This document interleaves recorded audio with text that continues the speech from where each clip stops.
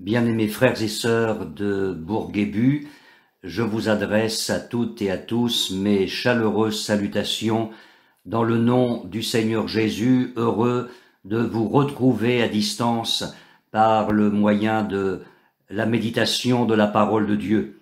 J'aimerais partager avec vous aujourd'hui la fin du chapitre 34 du livre d'Ézéchiel.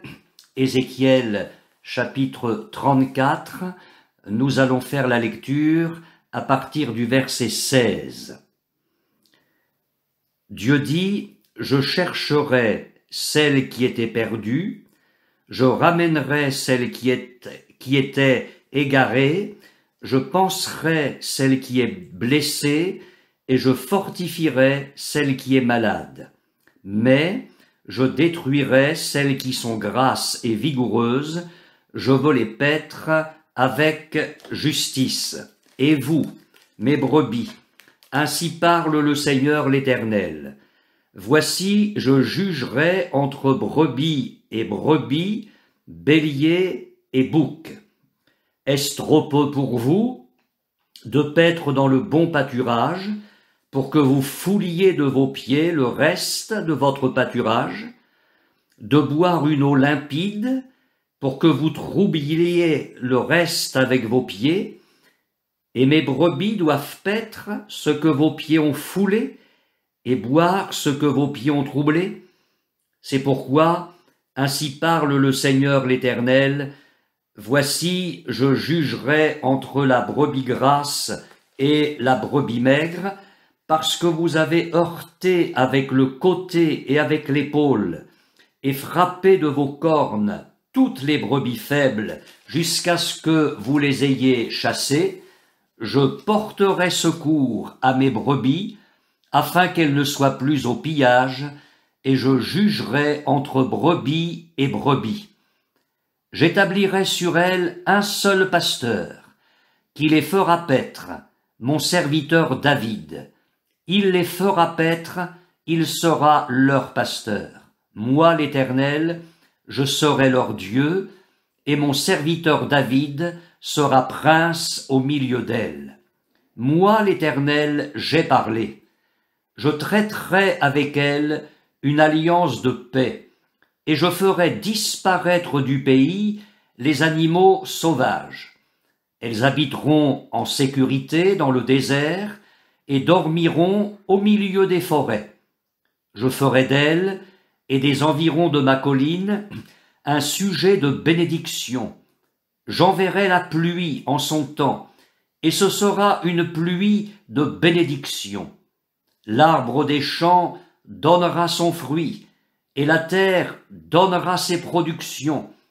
Elles seront en sécurité dans leur pays, et elles sauront que je suis l'Éternel, quand je briserai les liens de leur joug, et que je les délivrerai de la main de ceux qui les asservissaient. Elles ne seront plus au pillage parmi les nations, les bêtes de la terre ne les dévoreront plus, elles habiteront en sécurité, et il n'y aura personne pour les troubler. J'établirai pour elles une plantation qui aura du renom, elles ne seront plus consumées par la faim dans le pays, et elles ne porteront plus l'opprobre des nations. Et elles sauront que moi, l'Éternel leur Dieu, je suis avec elles, et qu'elles sont mon peuple, elles, la maison d'Israël, dit le Seigneur l'Éternel. Vous, mes brebis, brebis de mon pâturage, vous êtes des hommes, moi, je suis votre Dieu, dit le Seigneur l'Éternel. Amen. Vous vous souvenez que dans notre avant-dernier culte à Bourguébu, nous avions médité sur les 10 premiers versets de ce chapitre 34 d'Ézéchiel, et nous avons remarqué que Dieu y adresse un message très sévère aux mauvais pasteurs d'Israël. Dans le dernier culte à Bourguébu, nous avons médité sur les versets 11 à 16 de ce même chapitre 34 d'Ézéchiel, et nous y avons remarqué la promesse de Dieu d'un secours personnel à ses brebis en souffrance, message encourageant dans lequel l'Éternel montre tous les soins qu'il allait prodiguer à ses brebis. Et dans le texte qui nous préoccupe aujourd'hui, donc la fin de ce chapitre 34 d'Ézéchiel, Dieu annonce un autre jugement surprenant. Il va juger entre brebis et brebis. Et il adresse là encore, je le répète, un message sévère. Les 4 premiers versets de notre texte annoncent ce jugement de la part de Dieu. Je relis avec vous la seconde partie du verset 16 jusqu'au verset 19. Dieu dit « Mais je détruirai celles qui sont grasses et vigoureuses, je veux les paître avec justice. Et vous, mes brebis, ainsi parle le Seigneur l'Éternel, voici je jugerai entre brebis et brebis, béliers et boucs. Est-ce trop peu pour vous de paître dans le bon pâturage, pour que vous fouliez de vos pieds le reste de votre pâturage, de boire une eau limpide, pour que vous troubliez le reste avec vos pieds. Et mes brebis doivent paître ce que vos pieds ont foulé, et boire ce que vos pieds ont troublé. » Nous allons remarquer dans notre méditation d'aujourd'hui que le mal et la souffrance ne sont pas venus uniquement des mauvais pasteurs, mais ils sont venus également des mauvaises brebis, celles que la parole de Dieu désigne ici comme les brebis grasses et vigoureuses, les béliers et les boucs. Et ces brebis-là, ces béliers, ces boucs, ont méprisé le bon pâturage de l'Éternel, et ils l'ont foulé aux pieds. Ils ont méprisé l'eau limpide, où ils venaient boire, la troublant avec leurs pieds. Et les brebis faibles devaient se contenter de cela? Eh bien, Dieu dit non. Et il promet de prendre soin des siens. Et cela ne vous aura pas échappé, dans la lecture que nous venons de faire, le jugement de Dieu est tellement arrêté, résolu de sa part, qu'il répète 3 fois sa ferme résolution. Au verset 17, Dieu dit « Je jugerai entre brebis et brebis ». Au verset 20, « Je jugerai entre la brebis grasse et la brebis maigre ». Et à la fin du verset 22, « Je jugerai entre brebis et brebis ». Et on peut noter également la parole terrible du Seigneur à la fin du verset 16, « Je détruirai celles qui sont grasses et vigoureuses ».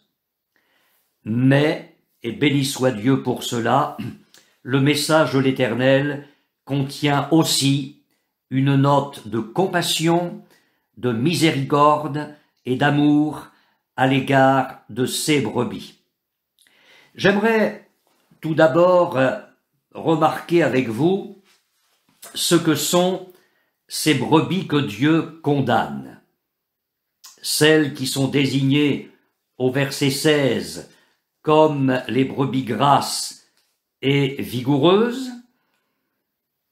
Également au verset 20, je jugerai entre la brebis grasse et la brebis maigre. Et puis, à la fin du verset 17, il est question des autres brebis, béliers et boucs. Alors, quelles sont ces brebis grasses, vigoureuses? Quels sont ces béliers et ces boucs? Dans le contexte d'Israël, il n'y avait pas seulement au sein d'Israël de mauvais pasteurs. Et on a vu que derrière ce mot-là, il faut y inclure tous les grands responsables, les rois, les sacrificateurs et les prophètes. Donc il n'y avait pas seulement de mauvais pasteurs, mais il y avait aussi des membres du peuple, riches, puissants, qui opprimaient les autres.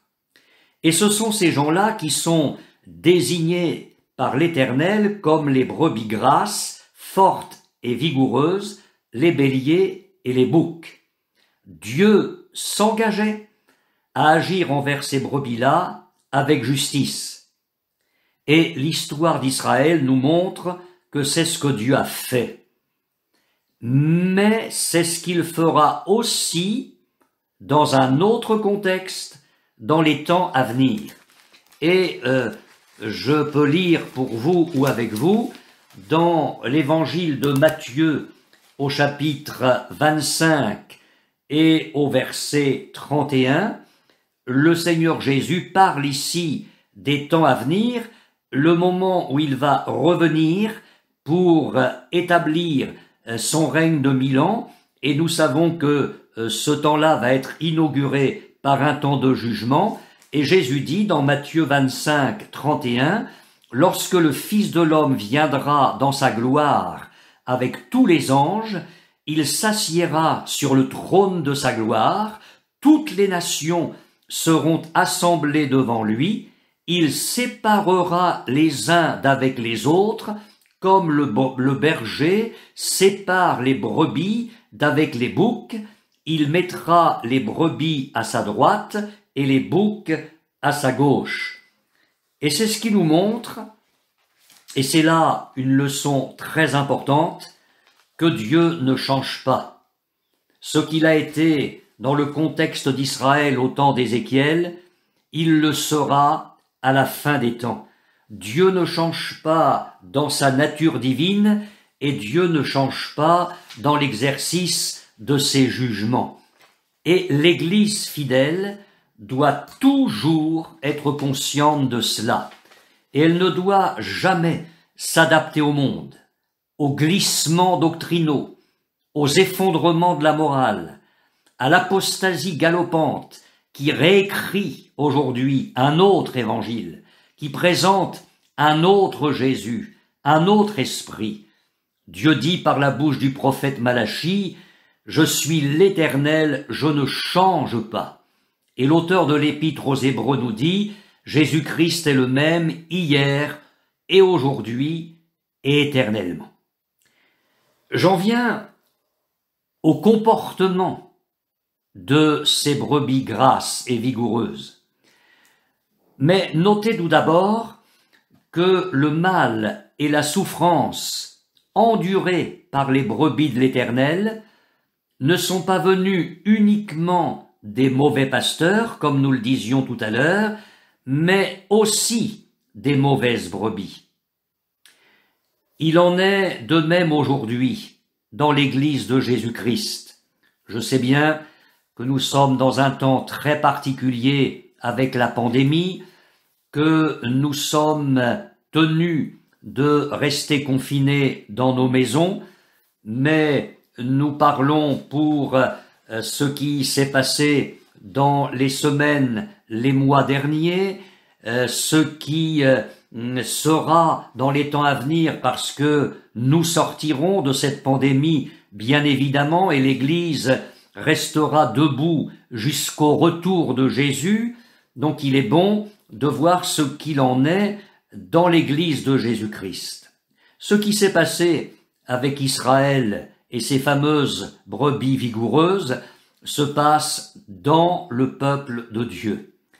Et je dis que l'heure vient où, dans les églises, le phénomène va s'accentuer, les croyants fidèles ne vont pas souffrir uniquement à cause des ministères faisant naufrage, mais aussi à cause du comportement de certains croyants, de certains chrétiens, permettez-moi de mettre les mots entre guillemets, de certains croyants eux-mêmes à l'égard d'autres chrétiens qu'on peut qualifier de brebis faibles ou maigres, pour reprendre le texte d'Ézéchiel.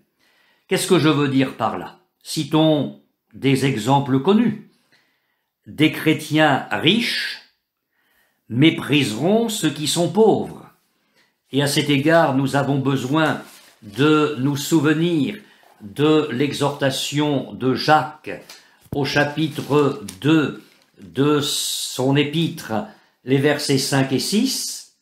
Jacques dit, « Écoutez, mes frères bien-aimés, Dieu n'a-t-il pas choisi les pauvres aux yeux du monde pour qu'ils soient riches en la foi et héritiers du royaume qu'il a promis à ceux qu'il aime ?» Et n'oublions pas que Jacques s'adresse à des chrétiens, et Jacques ajoute, « Et vous, vous avilissez le pauvre. Ne sont-ce pas les riches qui vous oppriment et qui vous traînent devant les tribunaux?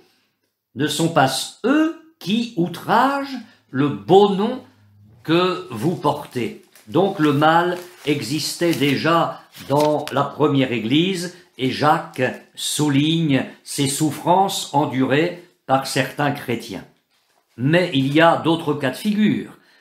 Des chrétiens instruits toisent et toiseront de toute leur hauteur des petits, d'humbles croyants, sans instruction, sans diplôme. Et ce sera une souffrance, et c'est une souffrance pour ces chrétiens-là. Des chrétiens talentueux dans certains domaines poussent ou pousseront de côté ceux et celles qui sont dépourvus de certaines capacités naturelles. L'exhortation de l'apôtre Paul dans sa première lettre aux Corinthiens, au chapitre 4, verset 7, conserve toute son actualité. « Qui est-ce qui te distingue? Qu'as-tu que tu n'aies reçu? Et pourquoi te glorifies-tu comme si tu ne l'avais pas reçu ?» Il existe une autre réalité tout aussi terrible, et j'oserais dire sinon plus grave. Pour revenir à notre chapitre d'Ézéchiel, après avoir goûté le bon pâturage, les brebis grasses foulaient le reste avec leurs pieds. Verset 18, « Est-ce trop peu pour vous de paître dans le bon pâturage pour que vous fouliez de vos pieds le reste de votre pâturage? » Après avoir bu une eau limpide, ces mêmes brebis grasses troublaient le reste avec leurs pieds. Et Dieu dit dans la seconde partie du verset 18, « Est-ce trop peu pour vous de boire une eau limpide pour que vous troubliez le reste avec vos pieds ?» Et l'image est tirée du moment où le troupeau était conduit au pâturage ou à l'abreuvoir, et non seulement les brebis les plus fortes s'élançaient les premières en écartant les faibles, mais elles gâtaient l'aliment et le breuvage qui restait pour les faibles. Alors, que se cache-t-il derrière cette image inspirée à Ézéchiel par le Seigneur? Tout d'abord, en ce qui concerne Israël. Sur le plan matériel, les forts en Israël ne se contentaient pas de jouir des biens de Canaan, mais ils en privaient durement les faibles, qui y avaient pourtant droit aussi bien qu'eux. Sur le plan spirituel maintenant, en ce qui concerne le peuple d'Israël, nous avons cette parole dans le livre de Malachie au chapitre 2, verset 8, où Dieu dit, en parlant de certains responsables comme les sacrificateurs, donc les brebis fortes, « Mais vous vous êtes écartés de la voie, vous avez fait de la loi une occasion de chute pour plusieurs. » Il y avait là, dans ce contexte-là, le bon pâturage, les responsables pouvaient en bénéficier, mais non contents de cela, ils ont même foulé aux pieds ce bon pâturage et ils ont fait de la loi une occasion de chute pour plusieurs. Le Seigneur Jésus dit dans l'évangile de Matthieu au chapitre 23 et au verset 13, vous savez que dans ce chapitre, il fustige d'une façon terrible les scribes et les pharisiens.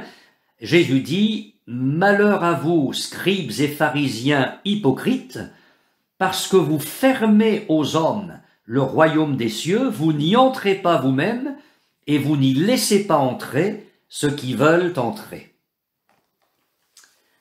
Maintenant, que signifie cette image du prophète Ézéchiel en ce qui concerne l'Église, les brebis vigoureuses qui, après avoir goûté au bon pâturage, le foulent aux pieds et après avoir bu une eau limpide, troublent le reste avec leurs pieds.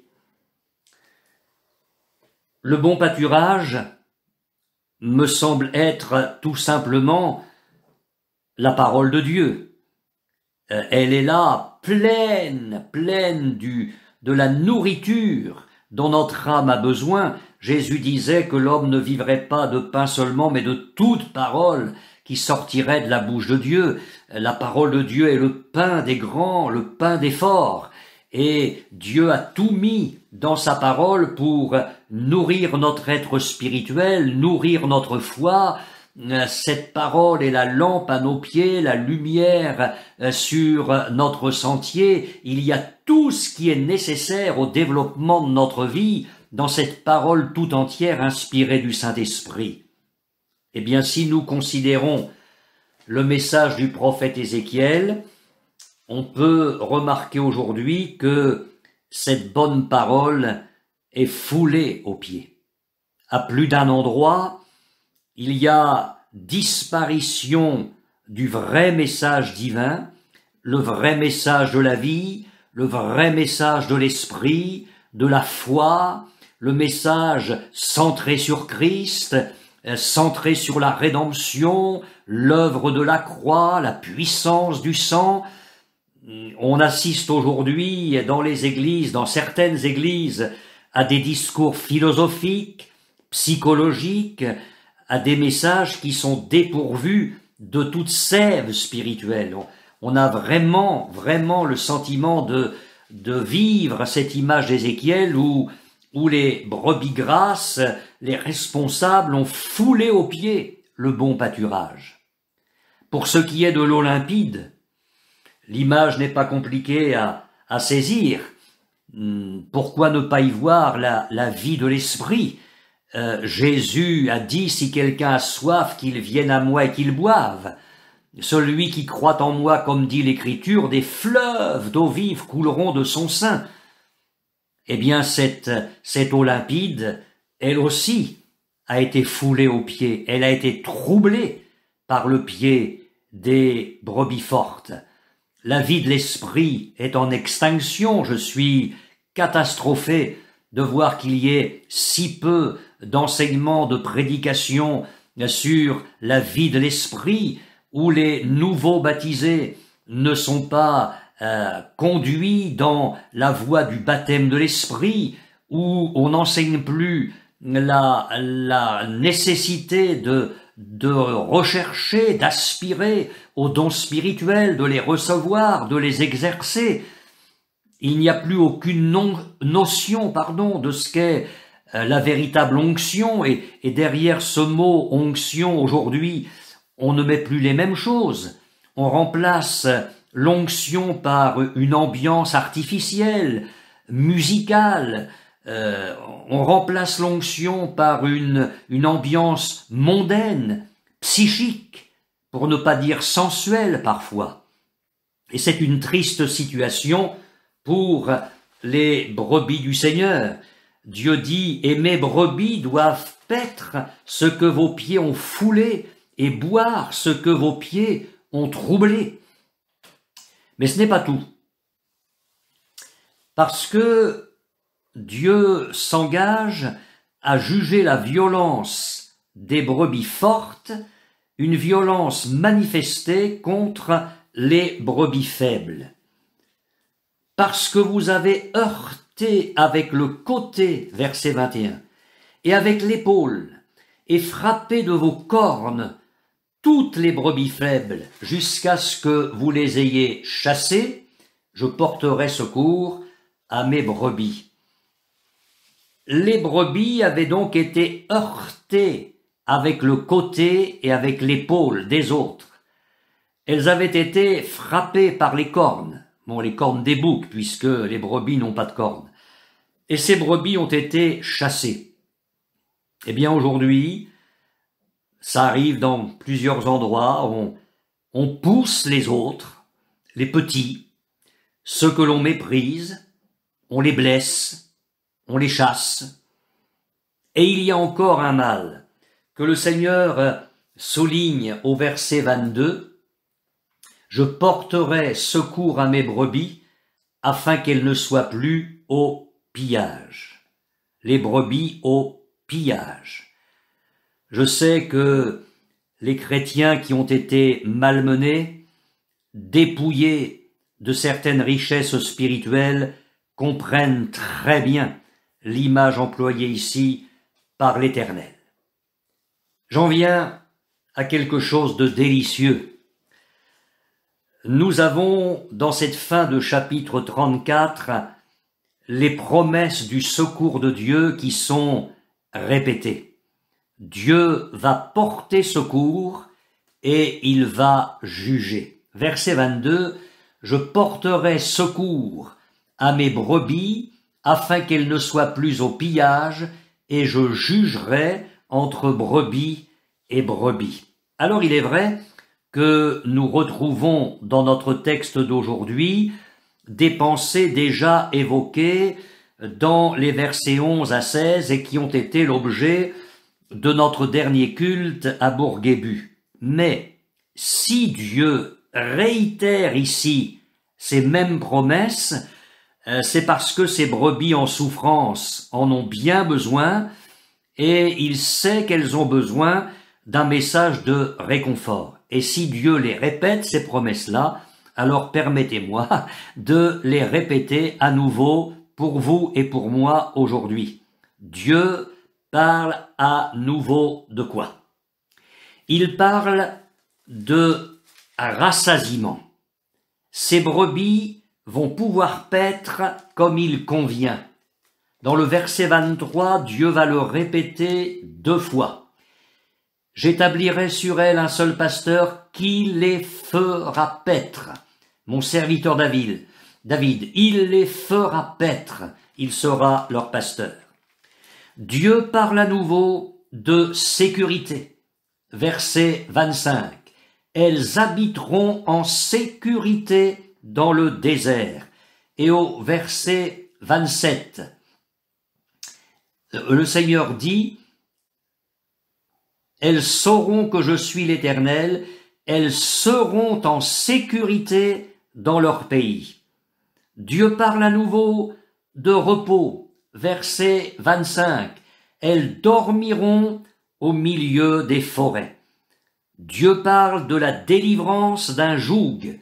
Dans la 2e partie du verset 27, elles sauront que je suis l'Éternel quand je briserai les liens de leur joug et que je les délivrerai de la main de ceux qui les asservissaient. Et Dieu s'engage à mettre un terme à la fin de ces brebis et il s'engage à les nourrir. Au verset 29, il est dit « Elles ne seront plus consumées par la faim dans le pays. » Et nous avons là tous les tendres soins que Dieu va apporter à ces brebis faibles, à ces brebis maigres qui ont souffert pendant trop de temps. Et j'en viens à quelque chose de plus glorieux encore, c'est que non seulement l'Éternel s'engage à donner toutes ces grâces-là, mais il va accorder à son peuple une grâce suprême, dans laquelle toutes les autres grâces sont renfermées. Dieu va établir un seul pasteur, le nouveau David. Je dis le nouveau David parce que à l'époque d'Ézéchiel, David était mort depuis longtemps.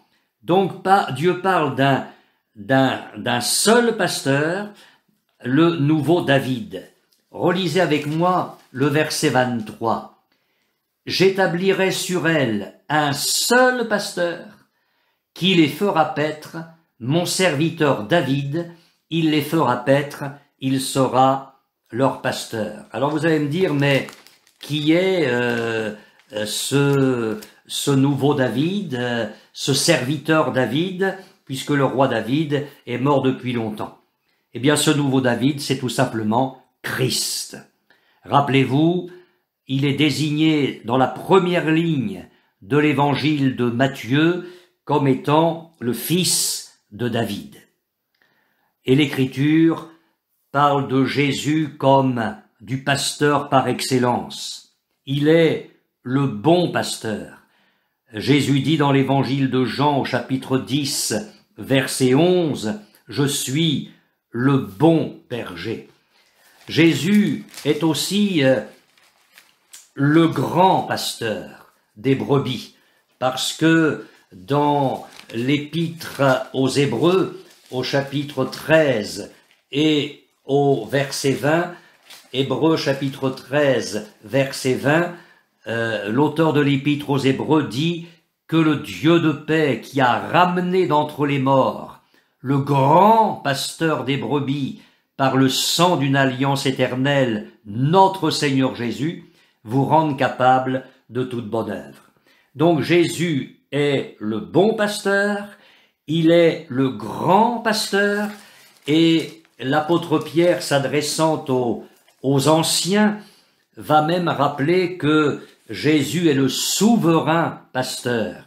À ces anciens, Pierre écrit au chapitre 5, verset 4 de sa première lettre, « Lorsque le souverain pasteur paraîtra, vous obtiendrez la couronne incorruptible de la gloire. » Dans le texte d'Ézéchiel, il est question d'un pasteur unique.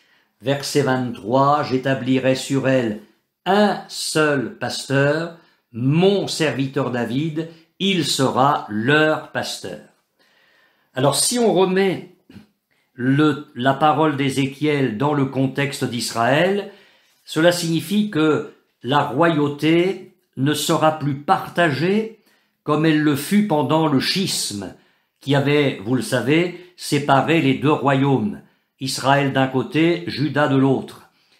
L'unité primitive sera rétablie. Et c'est ce que le prophète Ézéchiel annonce au chapitre 37, au verset 22. Dieu dit « Je ferai d'eux une seule nation dans le pays, dans les montagnes d'Israël. Ils auront tous un même roi. Ils ne formeront plus deux nations.